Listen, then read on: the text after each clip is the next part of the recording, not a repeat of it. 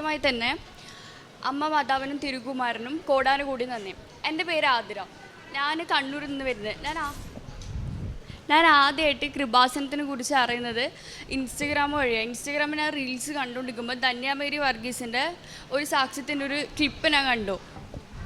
അപ്പം ഞാൻ കൂടുതലായിട്ട് കൃപാസനത്തിനെ കുറിച്ച് അന്വേഷിച്ചിട്ട് എൻ്റെ ഫ്രണ്ട് ഉണ്ട് ഡയന, അവൾ പറഞ്ഞു ക്യാൻഡിൽ ലൈറ്റ് പ്രെയർ റിക്വസ്റ്റ് ഇട്ടിട്ട് നീ പ്രാർത്ഥിച്ചോ, നിനക്ക് രോഗസൗഖ്യം കിട്ടും.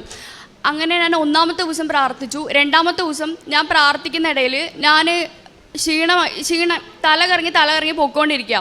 അപ്പോൾ ആ ഒരു ടൈം എനിക്ക് കഴുത്തിന് ഹമ്പ് പോലെ വന്നിട്ട് ഞാൻ ട്രീറ്റ്മെൻറ്റ് എടുത്തുകൊണ്ടിരിക്കുന്നുണ്ടായി. അതായത് എനിക്ക് എക്സാമാണ്, നെക്സ്റ്റ് വീക്ക് എനിക്ക് എക്സാമാണ്. ഒരു 10 മിനിറ്റ് ഞാൻ പഠിച്ചു കഴിഞ്ഞാൽ അരമണിക്കൂർ എനിക്ക് റെസ്റ്റ് എടുക്കേണ്ട അവസ്ഥ ഉണ്ടായിക്കൊണ്ടിരുന്നത്.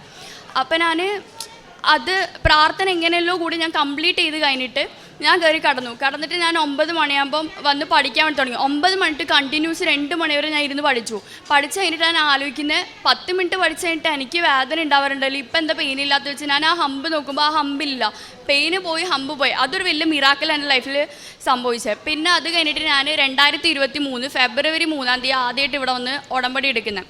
ഉടമ്പടിയിൽ വെച്ച് ഒന്നാമത്തെ നിയോഗം എന്ന് വിചാരിച്ചാൽ എൻ്റെ അമ്മക്ക് 12 വർഷമായിട്ട് കഴുത്ത് വേദന. അതിനമ്മ കഴുത്തിന് ബെൽറ്റ് ഇടുന്നുണ്ട്, ടാബ്ലറ്റ്സ് എടുക്കുന്നുണ്ട്.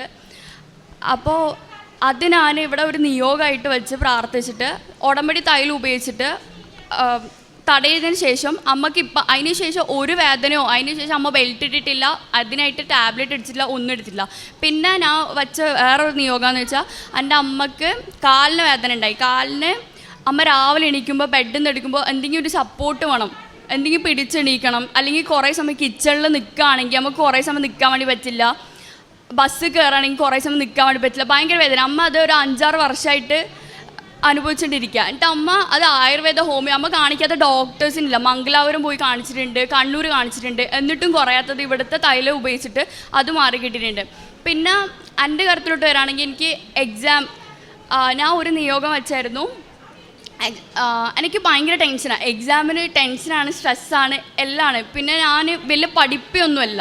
അപ്പോൾ ഇവിടുത്തെ അച്ഛൻ പറയുന്ന കേട്ടിട്ടുണ്ട് മനുഷ്യന്മാരെ കൊണ്ട് അസാധ്യമായ കാര്യങ്ങൾ ദൈവത്തിന് സാധ്യമാണെന്ന്. അപ്പോൾ എനിക്ക് ഉറപ്പാണ് എനിക്ക് ഡിസ്റ്റിങ്ഷനൊന്നും എന്തായാലും കിട്ടില്ല. അപ്പോൾ ഞാനൊരു നിയോഗമായിട്ട് വെച്ച് എനിക്ക് ഡിസ്റ്റിങ്ഷൻ തരുമോ മാതാവേൻ. എൻ്റെ 4th ഇയർ റിസൾട്ട് കഴിഞ്ഞ മാസം 28 വന്നു. ഞാൻ ഡിസ്റ്റിങ്ഷനോട് പാസ്സായി. ഞാൻ എക്സാമിന് പോകുന്നതിനെക്കാട്ടി മുമ്പേ എല്ലാവരും ഇവിടുന്ന് പറയുന്ന സാക്ഷ്യത്തിൽ ഞാൻ അധികം കേട്ടിട്ടുണ്ട്. ഇവിടെ അച്ഛനെ വന്ന് ഹോൾ ടിക്കറ്റ് കാണിച്ച് അച്ഛൻ അവർക്ക് കാശ് രൂപം കൊടുത്ത്. അപ്പോൾ എനിക്കും ഭയങ്കര ആഗ്രഹമായിരുന്നു എനിക്കും അച്ഛൻ അതുപോലെ കാശ് രൂപം തരണം. പക്ഷെ നമുക്ക് എക്സാമിൻ്റെ തലേ ദിവസം മാത്രമേ ഹോൾ ടിക്കറ്റ് തരത്തുള്ളൂ. അപ്പോൾ അവിടുന്ന് മംഗലാപുരത്ത് എനിക്ക് തലേ ദിവസം ഇവിടെ വന്ന് അത് ഇമ്പോസിബിളാണ്. അപ്പോൾ ഞാൻ അവിടെ നിന്ന് ഇറങ്ങുന്ന ടൈമിന് ഞാൻ ഇവിടെ ഉടമ്പടി വീണ്ടും പുതുക്കാൻ വേണ്ടി വരുന്ന ടൈം എൻ്റെ മനസ്സിൽ ആരോ പറഞ്ഞുകൊണ്ടിരുന്നു നീ ടൈം ടേബിൾ കോപ്പി എടുത്ത് പോകും. അങ്ങനെ ഞാൻ ടൈം ടേബിൾ കോപ്പി എടുത്ത് ഇവിടെ വന്ന്. പക്ഷേ ഇവിടെ വന്ന ഓരോ ആൾക്കാരെ ഞാൻ ചോദിച്ചപ്പോൾ അവരവരുടെ മോളിൽ ടൈം ടേബിൾ കാണിച്ചാൽ കിട്ടും തോന്നില്ല, അച്ഛനെ കാണാൻ വേണ്ടി പറ്റും തോന്നില്ല.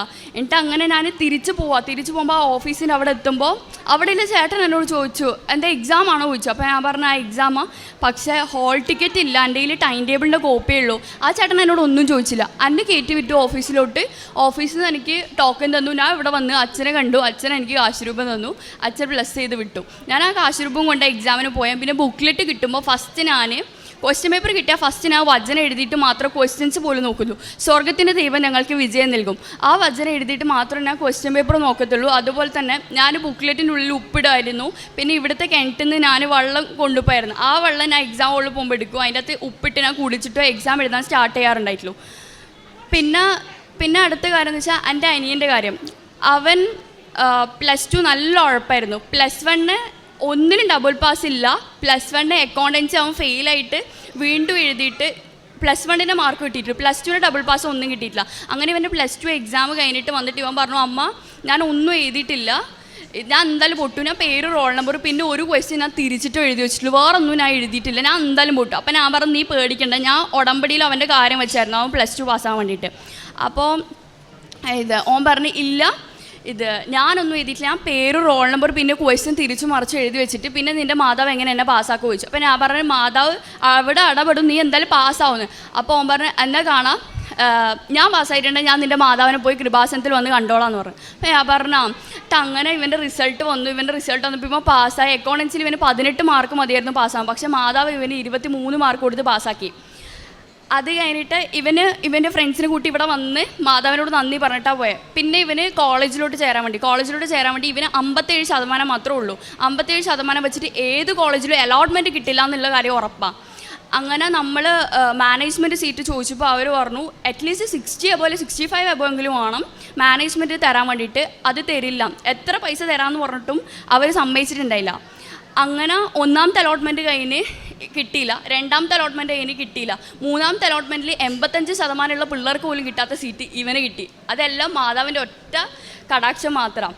പിന്നെ ഞാൻ സ്വന്തമായിട്ട് എൻ്റെ പേരിൽ ഒരു വണ്ടി വാങ്ങിക്കുന്നുണ്ടെങ്കിൽ ആ വണ്ടിക്ക് ഞാൻ ആവേ മറിയാമെന്ന് പേരോട് ഞാൻ അന്നേരം ഉറപ്പിച്ചതാണ്. ആ വണ്ടി ഞാൻ ബുക്ക് ചെയ്യുന്നുണ്ടെങ്കിൽ മാതാവ് പ്രത്യക്ഷപ്പെട്ട ദിവസം ബുക്ക് ചെയ്യണമെന്നു എൻ്റെ ആഗ്രഹം. ഞാൻ ഈ കഴിഞ്ഞ ഡിസംബർ 7-ാം തീയതി വണ്ടി ബുക്ക് ചെയ്തു. ആ വണ്ടീൻ്റെ പേര് ആവേ മറിയാന്നാണ്. പിന്നെ വിചാരിച്ചു എൻ്റെ മാമന് ഹെർണയുണ്ടായി, അമ്പലിക്കൽ ഹെർണയായിരുന്നു. അപ്പോൾ മാമന് വലിയ വിശ്വാസമൊന്നുമില്ല. അങ്ങനെ ഞാൻ മാമനോട് പറഞ്ഞു, മാമ സർജറി 3 ദിവസം കഴിഞ്ഞിട്ട് സർജറി വേണമെന്ന് പറഞ്ഞു. അപ്പോൾ മാമൻ മംഗലാപുരത്ത് സർജറിക്ക് പോകാമെന്ന് പറഞ്ഞിട്ട് വീട്ടിൽ വന്ന് എൻ്റെ അച്ഛനോട് സംസാരിച്ചുകൊണ്ടിരിക്കുകയായിരുന്നു. അപ്പോൾ ഞാൻ പറഞ്ഞു, മാമ ഞാൻ കൃപാസനത്തിൽ തൈലം വെച്ച് പുരട്ടി പ്രാർത്ഥിച്ചുതരാം, അപ്പോൾ മാറും. അപ്പോൾ മാമൻ പറഞ്ഞ് ഇല്ല, ഡോക്ടർ വരെ സർജറി വേണമെന്ന് പറഞ്ഞ കാര്യം നിൻ്റെ തൈലം വെച്ച് എങ്ങനെ മാറാനാണ്? അപ്പോൾ ഞാൻ പറഞ്ഞു മാറും. അപ്പോൾ മാമന് ഒട്ടും ഇൻട്രസ്റ്റ് ഇല്ലാത്ത പോലെയായിരുന്നു. എന്നിട്ടും ഞാൻ നിർബന്ധിച്ചിട്ടാണ് ഞാൻ മാമനെ കൊണ്ട് 4 ദിവസം ഞാൻ തൈലം തടി, വേദന കുറഞ്ഞു, ഡോക്ടറെ കാണിച്ചപ്പോൾ ഇപ്പോൾ സർജറി വേണ്ടാന്ന് പറഞ്ഞു. പിന്നെ ഞാൻ പ്രേക്ഷിത പ്രവർത്തനമായിട്ട് ചെയ്യുന്നത് വെച്ചാൽ ഞാൻ പേഷ്യൻസിന് പോയി കണ്ടുകൊണ്ടിരുന്നായിരുന്നു. പിന്നെ പാവപ്പെട്ടവരെ സഹായിച്ചുകൊണ്ടിരുന്നായിരുന്നു. അവർ ഓർഫണേജിൽ പോയിട്ട് ഡ്രസ്സ് കൊടുത്തിട്ടുണ്ടായി. പ്രെയർ ആണെങ്കിൽ എനിക്കധികം ക്രിസ്ത്യൻ ഫ്രണ്ട്സുള്ള അവരുടെ കൂടെ ഞാൻ പള്ളിയിൽ പോകുമായിരുന്നു, കുർബാന കൂടായിരുന്നു, ബൈബിള് വായിക്കും. പിന്നെ യേശുവായിട്ട് കൂടുതൽ അടുക്കാൻ വേണ്ടി പറ്റി ഈ ഉടമ്പടി എടുത്തതിന് ശേഷം. പരിശുദ്ധ